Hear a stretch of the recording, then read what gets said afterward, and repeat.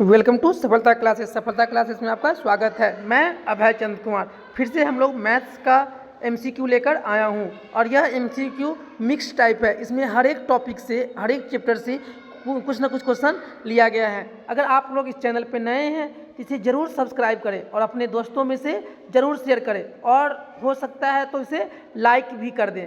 चलते हैं हम लोग क्वेश्चन नंबर 1 की तरफ। 156 का अभाज्य गुणनखंड में 2 का महत्तम घात कितना होगा। तो पहले इसका अभाज्य गुणनखंड करेंगे 156 का, तो 2 से 2 सत्ते 14, 2 अट्ठे 16, फिर 2 से 2 तिया 6, 2 नौमा 18। अब देखिए इसमें करेंगे 3 से 3 निकम 3, 3 तिया 9, 2 का घात कितना है 2 और 3 का घात 1 और 13 का घात 1। तो बोल रहा है कि 2 का घात कितना हो जाएगा 2। ऑप्शन नंबर डी सही हो जाएगा। चलते हैं नेक्स्ट क्वेश्चन पे। √11 1 है। देखिए √11 क्या वो रूट से बाहर निकल सकता है? जब रूट से बाहर नहीं निकलेगा तो ये क्या कहलाएगा? अप्रमेय संख्या।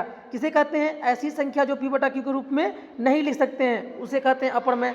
प्रमेय संख्या जिसे p/q के रूप में लिख सकते हैं। सम संख्या ऐसी संख्या जो 2 से पूरा भाग लग जाए या कट जाए। विषम संख्या जो 2 से पूरा भाग नहीं लगे या नहीं कटे। चलते हैं हम लोग नेक्स्ट क्वेश्चन नंबर 3 पे। कह रहा है किसी अप्रमेय संख्या a का, अगर मान लीजिए कोई अप्रमेय संख्या कितना है 2 है और इसका हम व्युत्क्रम 1/2 में रूट देंगे √2, तो अप्रमेय संख्या का व्युत्क्रम हमेशा क्या होगा? अप्रमेय संख्या ही होगा। ऑप्शन नंबर ए सही हो जाएगा। चलते हैं नेक्स्ट क्वेश्चन पे। अगर p एक अभाज्य संख्या है तो देखिए p एक क्या है? अभाज्य संख्या। और अभाज्य संख्या से कहते हैं एक से उससे बड़ी संख्या जो एक और अपने अलावा किसी और से नहीं कटे। देखिए 2, उसके बाद 3, उसका 5, 7, 11 और इसमें रूट लगा देंगे। इसमें क्या लगा देंगे? रूट। तो ये क्या कहलाएगा? अप्रमेय संख्या। ऑप्शन नंबर बी सही हो जाएगा। चलते हैं नेक्स्ट क्वेश्चन पे। बहुपद 2x³ - 3x² + 4x - 5 के शून्यकों का योगफल 6 है। ये क्या है? त्रिघात बहुपद, मतलब कि ऐसा बहुपद जिसका घात अधिकतम कितना हो 3, उसे क्या कहेंगे? त्रिघात। क्या है? Alpha plus beta plus gamma. ये क्या होता है? -b/a। देखिए योग कितना दे रखा है 6 और -b कितना है? यहाँ पे -b है -3 के और फॉर्मूला में -+3 के और a कितना है 2। अब गुना करेंगे तो 6 दूना 12 बराबर में 3 के, 3 चौका 12, तो k और कितना आ गया 4। और इस क्वेश्चन में क्या कर रहा है? k का मान ही बोला निकालने के लिए, तो k बराबर में 4। ऑप्शन नंबर डी सही हो जाएगा। चलते हैं नेक्स्ट क्वेश्चन पे। कह रहा है x² + 7x + 12 के शून्यांक अल्फा बीटा हो तो यहाँ पे अल्फा प्लस बीटा मतलब क्या हो गया? मूलों का योगफल। अल्फा प्लस बीटा मूलों का योगफल क्या होता है? -b/a। b कितना है 7, फार्मूला में माइनस है तो -7। a कितना है 1, तो कितना हो जाएगा -7। ऑप्शन नंबर ए सही हो जाएगा। चलते हैं नेक्स्ट क्वेश्चन पे। p के मान जिसके लिए बहुपद का पूर्णतः देखिए इससे भाज्य है। देखिए जिससे भाज्य है उसको क्या करेंगे? x - 2 = 0, तो x में कितना हो जाएगा 2। तो यहाँ पे जहाँ x है वहाँ कितना रखेंगे 2, तो 2 का क्यूब 8 प्लस 2 का स्क्वायर 4, अच्छा चौका 16 माइनस 2p + 8 बराबर में 0। अब देखिए 8 8 16 और 16 16 32, तो 2p बराबर में -32, -1 कट गया तो 2p बराबर में 32, तो p बराबर कितना आ जाएगा 32/2, 16 दूना 32। ऑप्शन नंबर डी सही हो जाएगा। चलते हैं हम नेक्स्ट क्वेश्चन पे।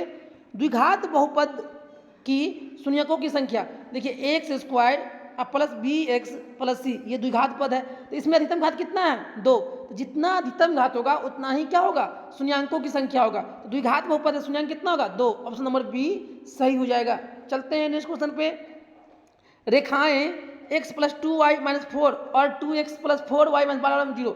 अब देखिए जब मान लीजिए a1/a2 बराबर नहीं होता है b1/b2 का, इसमें क्या होता है? केवल एक हल या इसी को क्या कहते हैं? अद्वितीय हल। कैसा होगा? रेखा प्रतिच्छेद करेगा और कैसा होगा? संगत होगा। कैसा होगा? संगत, पहला कंडीशन। दूसरा a1/a2 बराबर है b1/b2 बराबर नहीं है c1/c2 का। इसमें क्या होगा? इसमें कोई हल नहीं होगा। क्या होगा? इसमें कोई हल नहीं होगा। दूसरा असंगत होगा और तीसरा रेखा कैसा होगा, समानांतर। तीसरा क्या है कि a1 बट्टा a2 बराबर में b1 बट्टा b2 बराबर में c1 बट्टा c2। जब तीनों बराबर होगा तो इसमें क्या होगा, अनेक हल। क्या होगा, इसमें अनेक हल होंगे। फिर क्या होगा, रेखा क्या होगा, समपाती होगा। और तीसरा कैसा होगा, संगत होगा। इसी कंसेप्ट पे हम चलेंगे। यहाँ पे a1 कितना है, 1, a2 कितना है, 2, b1 निकालेंगे तो b2 कितना है, b1 कितना है, 2, b2 कितना है, 4, तो 2 दूना 4, तो कितना हो गया, 1/2, c1 -4 और c2 -12, ये 4 तिया 12। देखिए यहाँ पे a1 बट्टा a2 और b1 बट्टा b2 तो बराबर है, लेकिन c1 बट्टा c2 बराबर नहीं है। तो यहाँ पे a1 बट्टा a2 बराबर है b1 बट्टा b2 और बराबर नहीं है c1 बट्टा c2। तो इसमें क्या होता है, रेखा समानांतर। ऑप्शन नंबर ए सही हो जाएगा। चलते हैं नेक्स्ट क्वेश्चन पे। यदि a1 b2 बराबर नहीं है b2 1, तब समीकरण निकाय a1x plus b1y plus c1 बराबर 0 तथा a2x plus b2y plus c2 बराबर 0। देखिए जब बराबर नहीं है तो इसको हम लोग क्या कहते हैं, अद्वितीय हल। मतलब ये a1 बट्टा a2 बराबर नहीं है b1 बट्टा b2। अब क्या क्या है, गुना का गुना कर दिया है, तो यहाँ पे क्या आएगा, a1 इससे गुना कर दिया, a1 b2 बराबर नहीं है b1 a2। इसमें क्या होगा, अद्वितीय हल। देखा कैसे करेगा, प्रतिच्छेद। और कैसा होगा, संगत। चलते हैं नेक्स्ट क्वेश्चन पे। समीकरण निकाय x प्लस 2y बराबर 3, 5x प्लस k वाई बराबर 15 की अनगिनत हल है। अनगिनत हल क्या होता है, a1 बट्टा a2 बराबर b1 बट्टा b2 और बराबर c1 बट्टा c2। देखिए a1 कितना है, 1, a2 कितना है, 5, b1 कितना है, 2, b2 कितना है, k, c1 कितना है, -3 और c2 कितना है, -15। देखिए 3 को इधर ले जाएंगे तो प्लस है, इधर जाएंगे माइनस, 15 को इधर ले जाएंगे तो क्या हो जाएगा, ये माइनस। अब देखिए ये दोनों को हम लोग लेकर चलते हैं। तो देखिए k को 1 से गुना करेंगे तो क्या, k कम k और 5 दूना 10, तो k का मान कितना जाएगा, 10। ऑप्शन नंबर बी सही हो जाएगा। चलते हैं नेक्स्ट क्वेश्चन पे। यदि 2k -1 k समीकरण 10x -9y बराबर में 12 का हल है तो k का मान। देखिए ये किसका मान है, x का, ये किसका मान है, y का। तो जहाँ पे x है तो 10 इंटू में कितना है, 2k -1 और -9y, y कितना है, k बराबर में 12। अब इसको गुना कीजिए, 10 दूना 20 के और 10 से कम 10 माइनस के 9 के बराबर में 12। अब अचर को अचर के तरफ, तो 20 के में से 9 को गया तो कितना बचेगा, 11 के, और ये 10 इधर जाएगा तो 12 10 22। अब के बराबर कितना हो जाएगा, 22 बटा में 11, 11 दूना 22, के का मान कितना जाएगा, 2। ऑप्शन नंबर बी सही हो जाएगा। चलते हैं नेक्स्ट क्वेश्चन पे। यदि x की पावर n-1 का एक गुणन x प्लस 1 है तो n, देखिए एक गुणन कितना है, x प्लस 1 है, तो n हमेशा क्या होगा, सम संख्या। ऑप्शन नंबर बी सही हो जाएगा। चलते हैं नेक्स्ट क्वेश्चन पे। यदि √3 tan थीटा बराबर में sin थीटा, तो इसका मान देखिए, तो √3 tan थीटा को लिख सकते हैं हम लोग sin थीटा बटा में cos थीटा अब बराबर में sin थीटा। देखिए यहाँ पे कुछ नहीं, देखो एक है, sin थीटा से sin थीटा कट गया, ऊपर में कोना का गुना करेंगे तो cos थीटा बराबर में कितना जाएगा, √3, कितना जाएगा, cos थीटा बराबर में √3। तो cos थीटा का मान, चलिए इसको एक और देख लेते हैं हम लोग, क्या है, √3। तो यहाँ पे हम लिख सकते हैं √3 tan थीटा को sin थीटा बटा में cos थीटा। अच्छा यहाँ पे 3 भी है, 3 sin थीटा, तो sin थीटा से sin थीटा कट गया, तो यहाँ पे कितना देगा, 3। अब इसको करेंगे बराबर में 3 cos थीटा, तो cos थीटा कितना हो जाएगा, cos थीटा में √3, ये क्या है, कहीं ना कहीं ये क्वेश्चन देखिए, यहाँ पे अगर √3 है, tan थीटा sin थीटा बटा में cos थीटा बराबर में3 sin थीटा, तो sin थीटा से sin थीटा कट गया, यहाँ पे एक है, गुना का गुना करेंगे तो कितना हो जाएगा, ये 3 cos थीटा बराबर में कितना हो जाएगा, ये तो √3, तो cos थीटा का मान कितना हो जाएगा, ये √3/3, तो √3/3।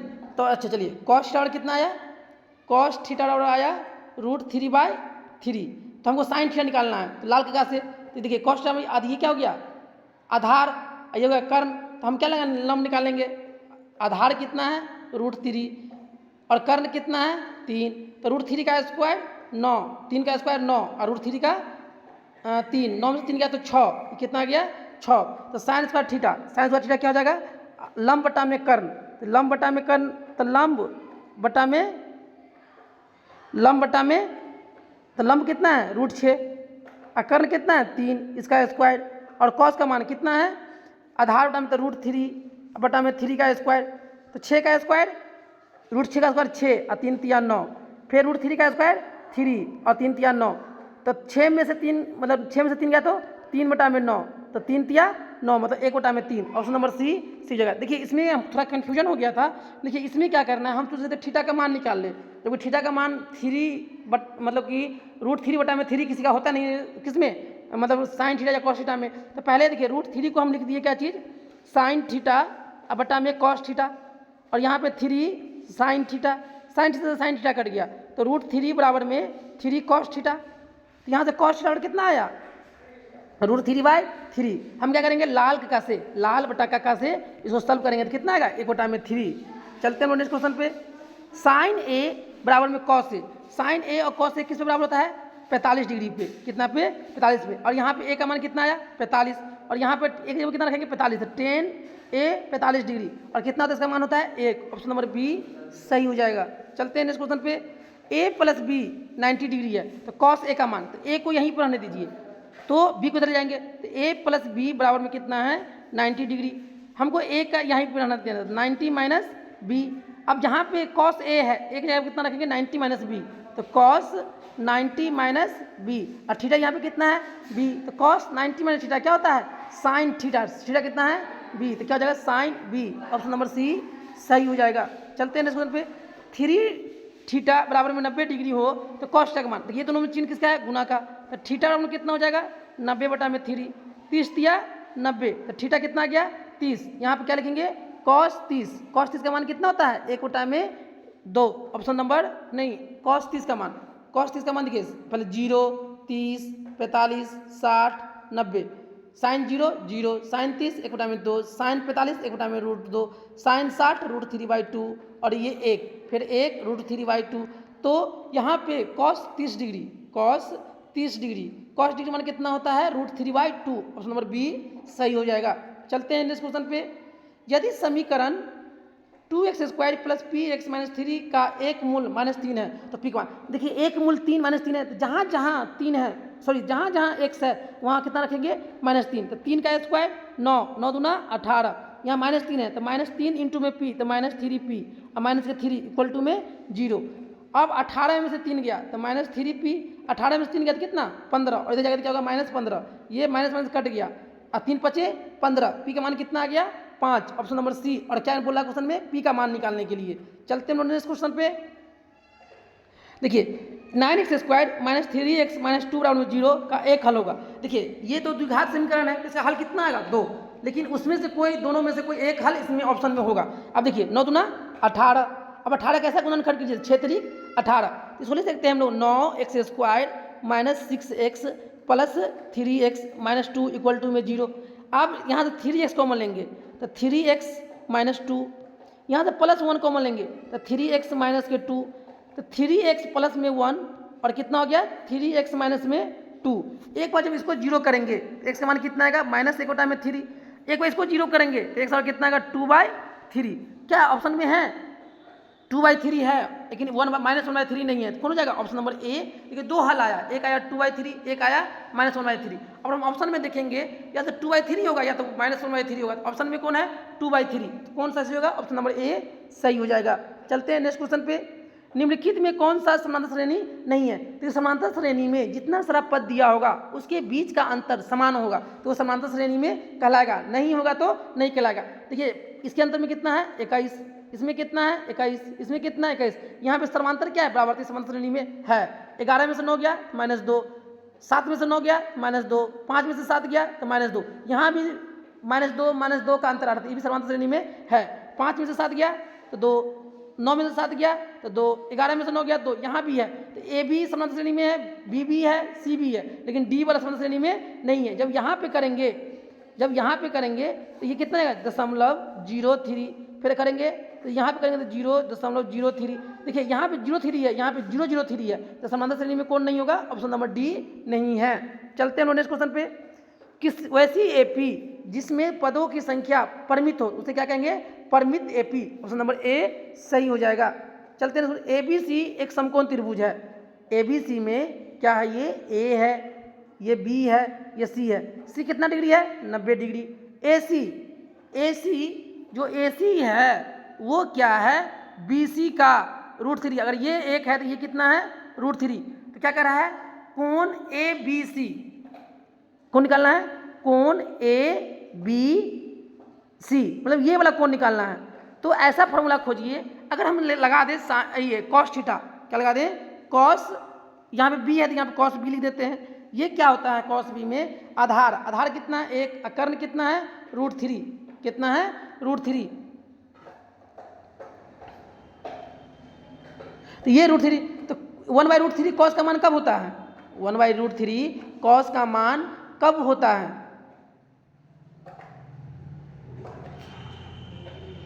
क्या कह रहा है, त्रिभुज एबीसी में त्रिभुज सी कोण क्या है, समकोण। जैसे ये ए है, ये बी है, ये सी है, ये समकोण त्रिभुज है, ये 90 डिग्री है। उसके बाद ए सी, अच्छा ये है, सॉरी ए सी है, बी सी का, अच्छा 1√3, ये क्या है, 1√3। तो हम देखिए लंब और क्या है, ये आधार, तो टेन थीटा हम लगा दें, टेन थीटा। तो लंब कितना है, √3, आधार कितना है, एक। टेन थीटा का मान √3 कितना एंगल पे होता है, तो टेन 60 पे, तो इसका कितना हो जाएगा, 60 डिग्री। ऑप्शन नंबर सी सही हो जाएगा। चलते हैं नेक्स्ट क्वेश्चन पे।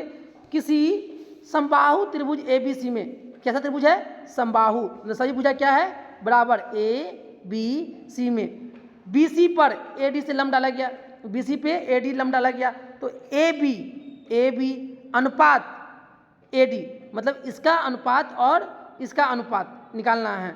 तो देखिए ए बी अनुपात ए डी, ये कितना था, 2:√3। ऑप्शन नंबर ए सही हो जाएगा। चलते हैं, दिए गए चित्र में ए डी का मान बी तथा सी के पदों में लिखिए। देखिए ए डी का मान किसके रूप में लिखना है, बी और सी के रूप में लिखना है। ए डी का मान किस में लिखना है, बी और सी के रूप में। ए डी, तो ए डी बराबर में जब हमको बी और सी के फॉर्म लिखना है, तो देखो ये वाला और ये वाला गुना करेंगे, तो बी गुने में सी, अब बट्टा में क्या करेंगे हम लोग कि इसी का स्क्वायर, बी का स्क्वायर, अब बट्टा में देखिए बी सी, अब बट्टा में बी का स्क्वायर, अब प्लस सी का स्क्वायर। ऑप्शन नंबर ए सही हो जाएगा। चलते हैं नेक्स्ट क्वेश्चन पे। एक समबाहु त्रिभुज ए बी सी, एक समबाहु त्रिभुज कौन सा है, ए बी सी, जिसमें ए डी लंब है, किस पे, ये लंब है किस पे, बी सी पे। तो कह रहा है सी डी, मतलब ये इसका स्क्वायर, जो सी डी होगा ये इसका स्क्वायर किसके बराबर होगा, देखिए इसका स्क्वायर, देखिए ये कर्ण हो गया, ये लंब हो गया और ये आधार हो गया। तो इसका स्क्वायर क्या होगा, ए डी के स्क्वायर बट्टा में 3। ऑप्शन नंबर सी सही हो जाएगा।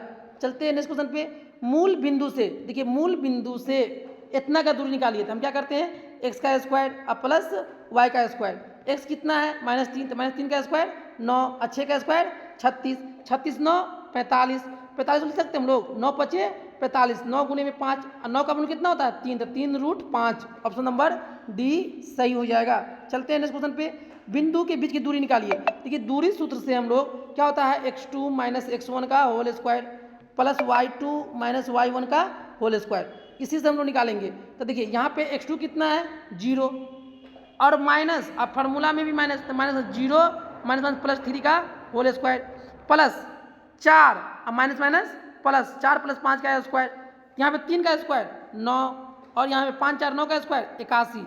ये क्या है रूट के 81 या 9 90, कितना 90। इसको ले सकते हैं हम लोग 9 दाही के 90, तो 9 का पावर कितना होगा 3, तो 3√10, 3√10। ऑप्शन नंबर सी सही हो जाएगा। चलते हैं नेक्स्ट क्वेश्चन पे।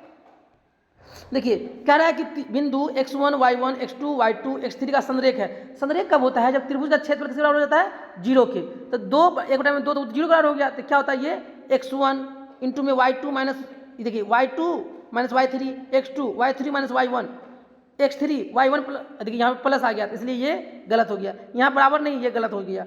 फिर यहाँ पे y1 है तो ये गलत हो गया। यहाँ पे क्या है, देखिए ये भी ऑप्शन गलत है, लेकिन यहाँ पे क्या होगा प्लस जब क्या होगा माइनस, क्या होगा यहाँ प्लस जब पे माइनस, इसलिए ऑप्शन नंबर ए सही हो जाएगा। यहाँ पे माइनस बना लीजिएगा आप लोग, इसको आप लोग क्या बना लीजिएगा माइनस, तब क्या है ये सही है। चलते हैं नेक्स्ट क्वेश्चन पे। बिंदु माइनस, देखिए एक्स बी माइनस का वाई प्लस का, एक्स माइनस का वाई प्लस का, किस पाद में होगा? तो एक्स माइनस और वाई प्लस किस में होता है? ये द्वितीय पाद में। ऑप्शन नंबर बी सही हो जाएगा। चलते हैं नेक्स्ट क्वेश्चन पे। यदि मीनार के पाद से 50 मीटर दूर स्थित बिंदु पर मीनार की उन्नयन कोण इतना डिग्री है। देखिए ये मीनार है और ये मीनार की पाद से दूरी कितना है? 50 मीटर दूर है, और इसके बीच में जो इसको ऊपर में दिख रहा है उसका उन्नयन कितना है? 60 डिग्री है। तो मीनार की ऊंचाई निकालिए कि ऐसा फॉर्मूला खोजिए जिसमें लंब और आधार, तो टेन थीटा कितना है? 60 डिग्री। लंब मतलब निकालना है, मतलब ऊंचाई निकालना है, तो ऊंचाई और आधार कितना है? 50। टेन 60 का मान कितना होता है? √3। ऊंचाई और 50 तो गुना का नहीं गुना करेंगे तो ऊंचाई कितना जाएगा? 50√3। ऑप्शन नंबर ए सही हो जाएगा। चलते हैं नेक्स्ट क्वेश्चन पे। यदि एक मीनार के पाद से 100 मीटर दूर स्थित बिंदु पर मीनार का उन्नयन कोण, फिर देखिए ये पाद है, इसका उन्नयन कोण कितना डिग्री है? 60 डिग्री। मीनार से पाद की दूरी कितना है? 100। इसका ऊंचाई निकालना है। देखिए इसका ऊंचाई निकालना है तो क्या लगाएंगे? टेन थीटा क्या होता है? तो यहाँ पर टेन थीटा कितना है? 60 डिग्री। तो लंब बटा में आधार, लंब तो निकालना ही है, मतलब ऊंचाई को मान लेते हैं एक्स, और यहाँ पे कितना दिख गया? 100। टेन 60 का मान कितना होता है? √3 बराबर में एक्स बटा में 100। जब कोना का नहीं गुना करेंगे एक्स बराबर कितना हो जाएगा? 100√3, और एक्स को हम लोग क्या माने हैं? मीनार की ऊंचाई। तो कितना हो जाएगा? 100√3 मीटर। ऑप्शन नंबर ए सही हो जाएगा। चलते हैं। एक पतंग की छाया की लंबाई पतंग की ऊंचाई की √3 गुना है, तो सूर्य का उन्नयन कोण, देखिए मतलब कि ये पतंग मान लीजिए उड़ रहा है, इसकी छाया, एक पतंग की छाया की लंबाई पतंग की ऊंचाई की ये ऊंचाई का ये √3 है, ये 1 है, तो हम क्या लगा देंगे इसमें? Tan theta. तो टेन थीटा बराबर कितना? लंब एक बटा में √3, और एक बटा √3 टेन थीटा का मान कितना होता है? 30 डिग्री पे। तो कितना डिग्री का उन्नयन कोण? 30 डिग्री। ऑप्शन नंबर बी सही हो जाएगा। चलिए, दिए गए चित्र में वो दो सेकेंडरी वृत्तों की जिनकी त्रिज्या 3 सेंटीमीटर 5 सेंटीमीटर है। देखिए त्रिज्या कितना है? ये है 5 और ये है 3। ए बी एक बाह्य वृत्त की जीवा है को अंतःवृत्त को स्पर्श करती है, तो जीवा ए बी की लंबाई, देखिए ये 3 है, ये 5 है, तो हम लोग यहाँ पे ये 3 है और यहाँ पे ये क्या है? यहाँ पे ये 3 है, ये 5 है, ये कर्ण है, ये लंब है, तो आधार कितना जाएगा? 4। अजब ये देखिए ये P क्या कर रहा है? इसको ए बी को P जो है 2 बराबर होती है, ये 4 है तो ये भी 4, तो ए बी की लंबाई कितना हो जाएगा? 8 मीटर में है, तो 8 कितने सेंटीमीटर? तो 8 सेंटीमीटर। कितना हो जाएगा? 8 सेंटीमीटर। ऑप्शन नंबर बी सही हो जाएगा। चलते हैं नेक्स्ट क्वेश्चन पे। दो वृत्तों का क्षेत्रफल का अनुपात क्या होगा यदि उसकी त्रिज्या का अनुपात, देखिए क्षेत्रफल क्या होता है? पाई आर स्क्वायर।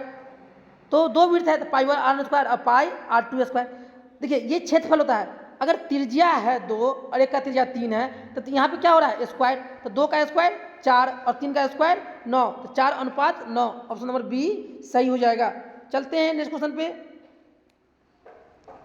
चलिए यही क्वेश्चन है, कह रहा है कि कोण टी का मान निकालिए, तो कोण टी और ओ मिल कितना बनाएगा? 180। तो ये 110 है, कितना जाएगा? ये 70 डिग्री। ऑप्शन नंबर बी सही हो जाएगा। चलते हैं नेक्स्ट क्वेश्चन पे। तिर्ज खंड की चाप की लंबाई, जैसे ये वृत्त है, वृत्त का ये केंद्र है, केंद्र से दो त्रिज्या खींचेंगे तो इसका लंबाई, इसी को हम लोग क्या कहेंगे? चाप की लंबाई। तो चाप की लंबाई क्या होता है? यहाँ पे थीटा, तो थीटा बटा में 360 इंटू में 2 पाई आर। ऑप्शन नंबर सी सही हो जाएगा। और इसी में बोलता है तिर्ज खंड का क्षेत्रफल, क्या बोलता है? तिर्ज खंड का क्षेत्रफल, ये आर है, ये आर है, ये थीटा है, तो तिर्ज का थीटा बटा में 360 और क्षेत्रफल क्या था वृत्त का? पाई आर स्क्वायर। इससे गुना कर देंगे तो किसका निकल जाएगा? तिर्ज खंड का क्षेत्रफल। चलते हैं नेक्स्ट क्वेश्चन पे। दो वृत्तों का क्षेत्रफल का अनुपात, देखिए यहाँ पे हम ट्रिक लगा देंगे। अगर क्षेत्रफल का अनुपात दिया है तो त्रिज्या का पूछा तो क्या कर देंगे? रूट। क्या कर देंगे? रूट। 4 का रूट 2, 1 का रूट 1, तो 2:1। ऑप्शन नंबर बी सही हो जाएगा। चलते हैं नेक्स्ट क्वेश्चन पे। शंकु के छिन्नक, देखिए शंकु ऐसे है, इसको क्या कर दिए? हम ऐसे काट दिए। क्या कर दिए? काट दिए। तो ये क्या बन गया? ये ऐसे, ये क्या बन गया? छिन्नक। ये क्या बन गया? छिन्नक। तो छिन्नक का संपूर्ण पृष्ठ क्षेत्रफल, तो देखिए तो ये क्या, देखिए ये है मान लीजिए R1 और ये क्या है? R2। तो छिन्नक के क्या होगा? पाई, तिरछी ऊंचाई कितना? L, तो पाई L इंटू में R1 प्लस R2। अब फिर देखिए क्या करेंगे, नीचे वाला का स्क्वायर प्लस में पाई आर वन स्क्वायर, अब ऊपर वाला में पाई आर टू स्क्वायर, यही क्या हो जाएगा, छिन्नक के संपूर्ण पृष्ठ क्षेत्रफल। ऑप्शन नंबर ए सही हो जाएगा। चलते हैं नेक्स्ट क्वेश्चन पे। उस शंकु का अधिकतम आयतन क्या होगा जो एक आर त्रिज्या वाले ठोस अर्धगोले में से निकाला जा सकता है। देखिए उस शंकु का अधिकतम आयतन, मतलब शंकु का, देखिए ये क्या है, अर्धगोला है, तो इसका कह रहा है कि इसका अधिकतम आर त्रिज्या वाले अर्धगोले से निकाला जाता है। किससे निकालते हैं हम लोग, अर्धगोला से। तो उसका अधिकतम आयतन कितना हो जाएगा, 1/2 पाई आर, शंकु का 1/3 pi R cube, 1/3 pi R cube. Option number A सही हो जाएगा। चलते हैं नेक्स्ट क्वेश्चन पे।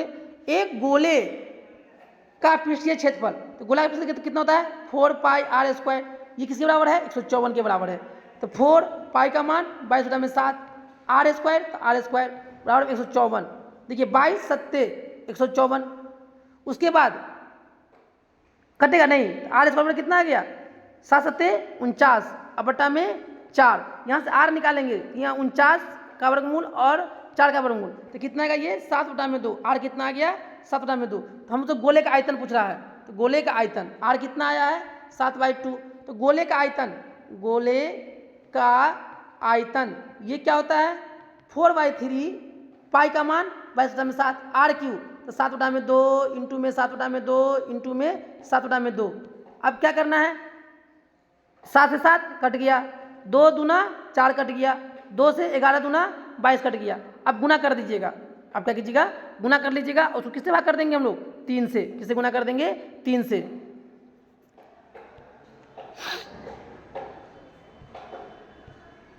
चलते हम लोग नेक्स्ट क्वेश्चन पे।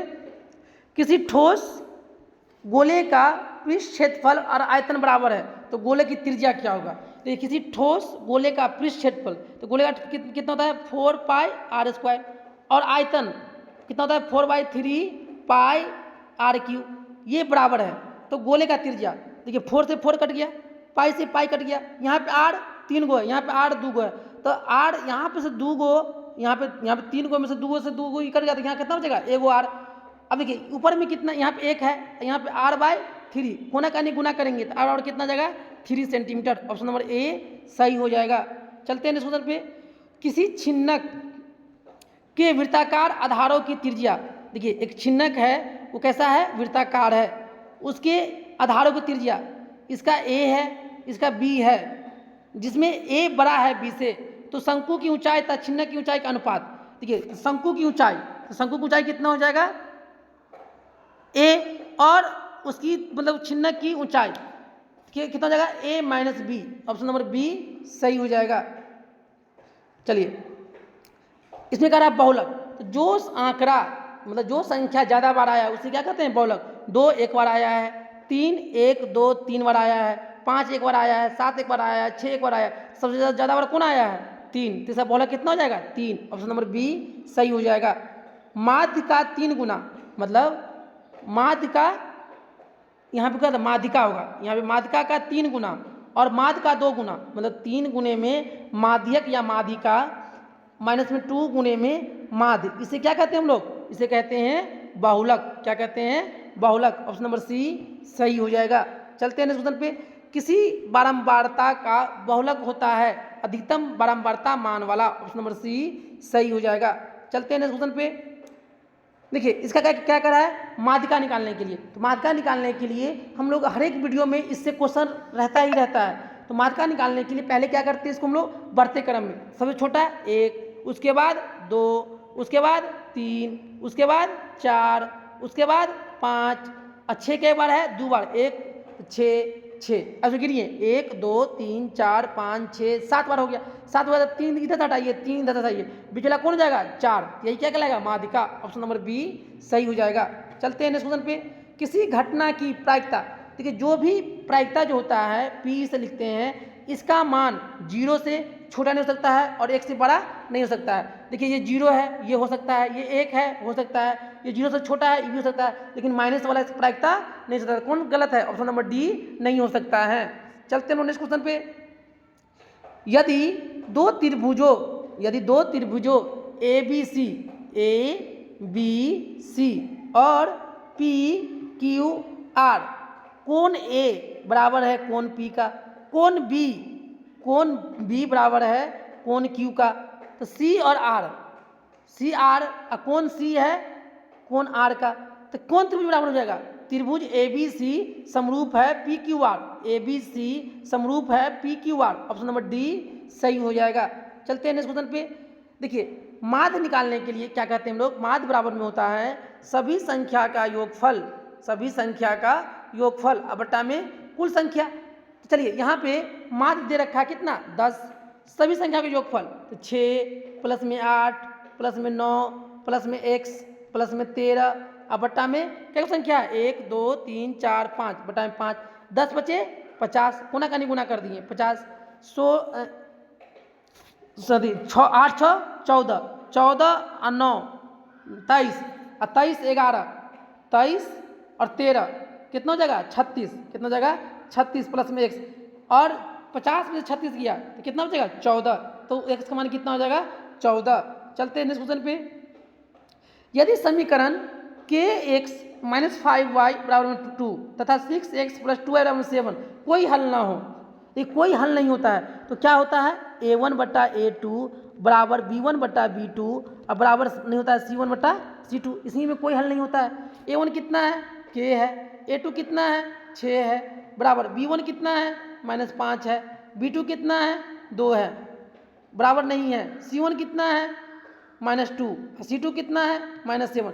इसको हम देखिए, अब ये दोनों को लेके चलिए, तो 2 तिया 6 और 5 तिया 15, तो k का मान कितना होना चाहिए -15, तब कोई हल नहीं होगा। ऑप्शन नंबर डी सही हो जाएगा। चलते हैं नेक्स्ट क्वेश्चन पे। कह रहा है कि कॉट थीटा किसके बराबर होता है, कॉट थीटा किसके बराबर होता है कॉस थीटा और बटा में साइन थीटा। और देखिए ऑप्शन में ये भी रहता है कॉट थीटा किसके बराबर होता है, ये 1/10 थीटा। क्या ये ऑप्शन में है? नहीं, लेकिन ये वाला ऑप्शन में है। कहाँ पे? ये ऑप्शन नंबर बी सही हो जाएगा। चलते हैं नेक्स्ट क्वेश्चन पे। कह रहा है कि परिसर क्या होता है, जो भी आंकड़ा दिया हुआ रहता है उस आंकड़े का अधिकतम मान और उसी आंकड़े का न्यूनतम मान को घटा देंगे तो क्या कहलाएगा परिसर।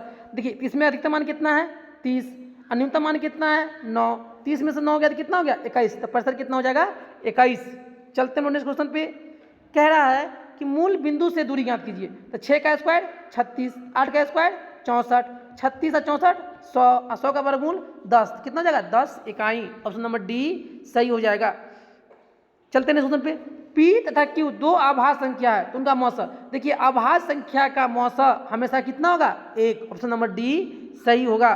चलते हैं नेक्स्ट क्वेश्चन पे।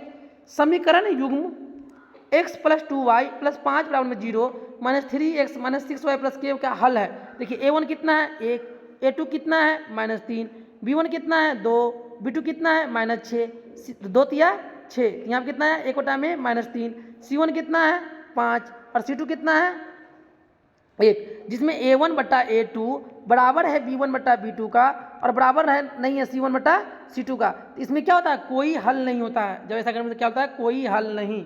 चलते हैं नेक्स्ट क्वेश्चन पे। यदि द्विघात समीकरण bx² plus x plus c का मूल समान है तो देखिए यहाँ पे मूल समान है तो d बराबर में क्या होता है b² माइनस 4ac। अब देखिए तो ये तो विवेचन निकालने का होता है, तो अगर मूल समान होता है तो d बराबर में 0, तो यहाँ पे क्या होता है b² माइनस 4ac बराबर में 0।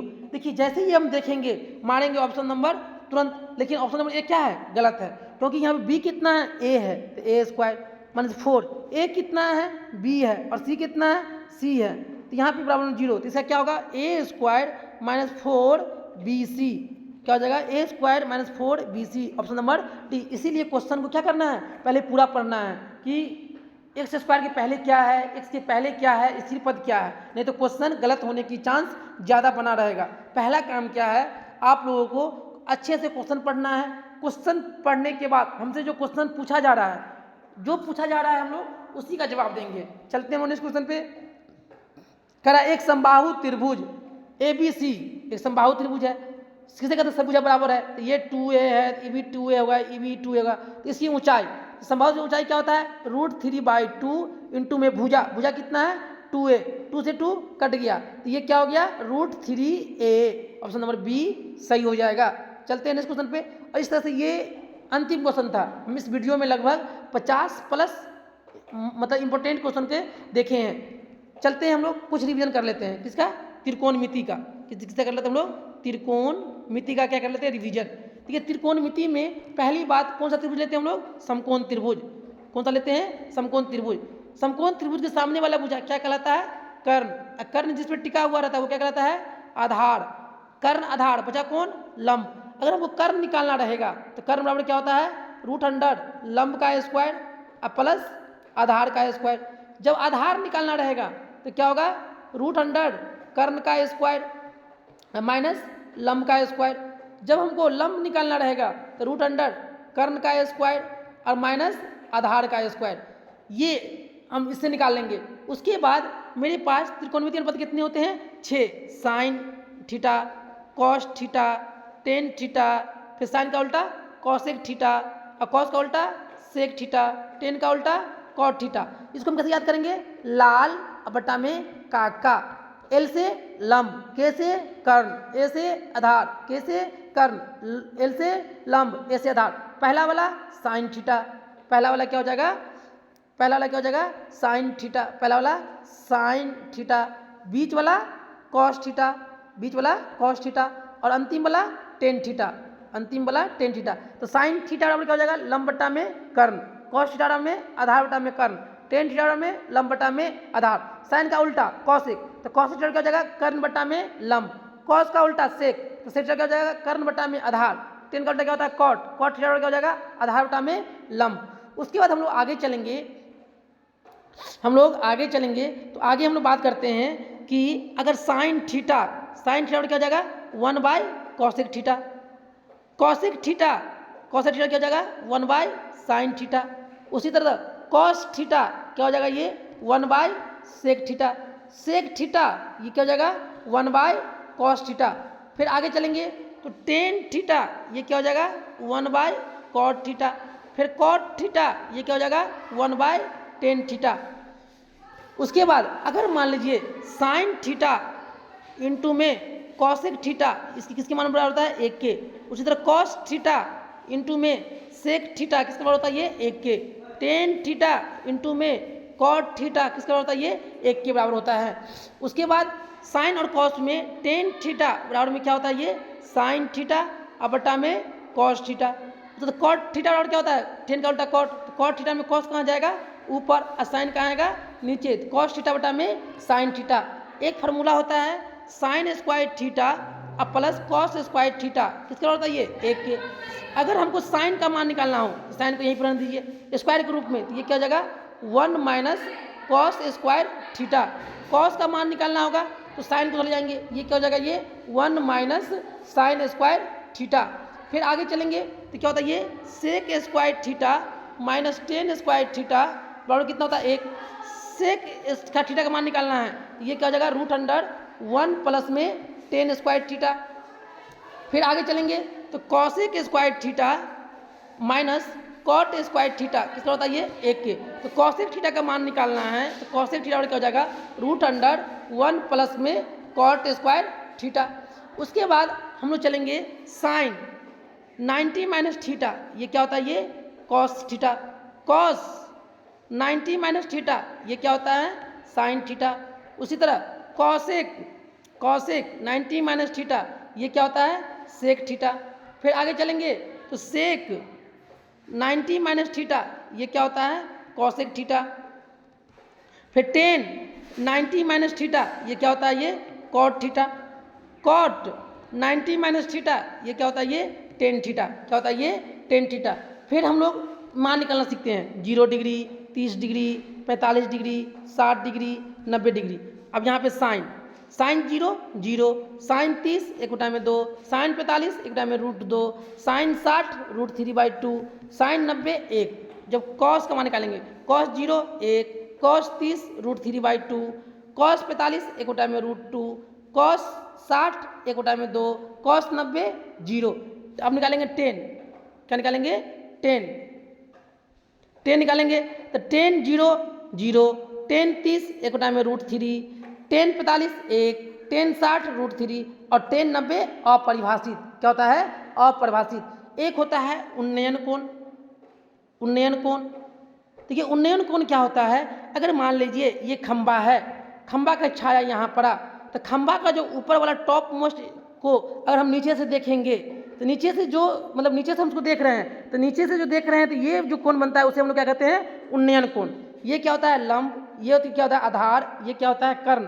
अगर हमें कभी भी लंब और आधार दिया रहे तो हम फॉर्मूला क्या लगाएंगे? हमेशा tan थीटा। क्या दिया रहे? लगाएंगे tan थीटा। एक होता है अवनमन कोण। मान लीजिए कोई लड़का यहाँ पे खड़ा है और यहाँ पे एक गाड़ी, यहाँ पे क्या है? गाड़ी चल रही है। ये लड़का ऊपर से इस गाड़ी को देख रहा है, तो यहाँ इसके समानांतर खींचेंगे, इसके द्वारा जो कोण बनेगा इसे क्या कहेंगे हम लोग? अवनमन। अवनमन कोण। क्या कहेंगे हम लोग? अवनमन कोण कहेंगे। अवनमन कोण कहेंगे। चलिए, इस तरह से जितना सारा मोस्ट इंपॉर्टेंट जो त्रिकोणमिति का जो फार्मूला बन सकता था, कंसेप्ट बन सकता था, उसको हम लोग एक एक करके देख लिए। अब चलते हैं हम लोग इसी में कर लेते हैं निर्देशांक ज्यामिति। निर्देशांक ज्यामिति, देखिए निर्देशांक ज्यामिति में हम लोग कितने भाग मारते हैं? 4 भागों में। ये x है, ये x डैश है, ये y है, ये y डैश है। इसको कहेंगे पहला चतुर्थांश या पहला पाद, इसको दूसरा चतुर्थांश या दूसरा पाद, या तीसरा चतुर्थांश या तीसरा पाद, ये चौथा चतुर्थांश या चौथा पाद। इसमें एक्स बी प्लस वाई बी प्लस, इसमें एक्स माइनस वाई प्लस, इसमें एक्स बी माइनस वाई बी माइनस, और इसमें एक्स प्लस और वाई माइनस। पहला में एक्स और वाई दोनों प्लस, दूसरा में एक्स माइनस और वाई प्लस, तीसरा में एक्स माइनस और वाई बी माइनस, तीसरा में x plus x minus y minus, चौथा में x plus y minus. X axis और वाई एक्सिस जिस बिंदु पे कट करती है उसे क्या कहते हैं हम लोग? मूल बिंदु। क्या कहते हैं उसे? मूल बिंदु। और मूल बिंदु का निशान क्या होता है? 0,0। उसके बाद कह रहा है कि मूल मतलब कि मूल बिंदु से है ना ए और बी का निशान के बीच का दूरी निकालिए। जैसे डायरेक्ट क्या करेंगे इसको? A square plus B square, root under A square plus B square. देखिए एक होता है भुज, एक होता है कोटि, एक होता है कोटि। अगर ये वाई एक्सिस है, वाई एक्सिस से अगर हम कोई भी दूरी ले रहे हैं, ऐसे ऐसे इसको समझ लेते हैं, एक्स है और ये वाई है, एक्स वाले को भुज और वाई वाले को कोटि, एक्स वाले को भुज और वाई वाले को कोटि कहते हैं। उसके बाद आगे एक रेखा है ए और बी, ये है x1 y1, ये है x2 y2। तो ए और बी के बीच की दूरी, ए और बी के बीच की दूरी कैसे निकालेंगे? Root under x2 minus x1 का होल स्क्वायर अब प्लस y2 माइनस y1 का होल स्क्वायर, ये दूरी सूत्र निकाल लेंगे। उसके बाद आगे चलेंगे तो ये एक रेखा है ए बी, क्या है? A B. इसका मध्य बिंदु सी है, x1 y1, ये x2 y2। तो यहाँ पे हमको x और y का जो मध्य बिंदु का अंतर सी है तो x का मान निकालेंगे, ये क्या होगा? ये x1 प्लस x2 बटा में 2। y निकालेंगे तो क्या होगा? ये y1 प्लस y2 बटा में 2। फिर आगे चलेंगे, अगर ये रेखा है इसको a और b, एक बिंदु ऐसा c है जिसको m अनुपात n विभाजित करता है, ये x1 है, ये y1 है, ये x2 है, ये y2 है। तो जब x निकालेंगे m इंटू x2, x निकालेंगे तो m into x2 plus n into x1, n into x1 बटा में m प्लस n। जो y निकालेंगे तो m into y2 plus n into y1, n into y1 बटा में m प्लस n। ये हो गया अंतर विभाजन। इसी में कहेगा बाह्य विभाजन, बाह्य विभाजन। तो बाह्य विभाजन कैसे निकालेंगे हम लोग? x निकालेंगे तो m x2 minus n x1 बटा में m माइनस n। जब y निकालेंगे तो y बराबर क्या होगा? m y2 minus n y1 बटा में m minus 1, m minus n। उसके बाद आगे चलेंगे, ये हो गया। ये त्रिभुज है, त्रिभुज का निशान क्या है? x1 है, ये y1 है, ये x2 है और ये y2 है, ये x3 है, ये y3 है।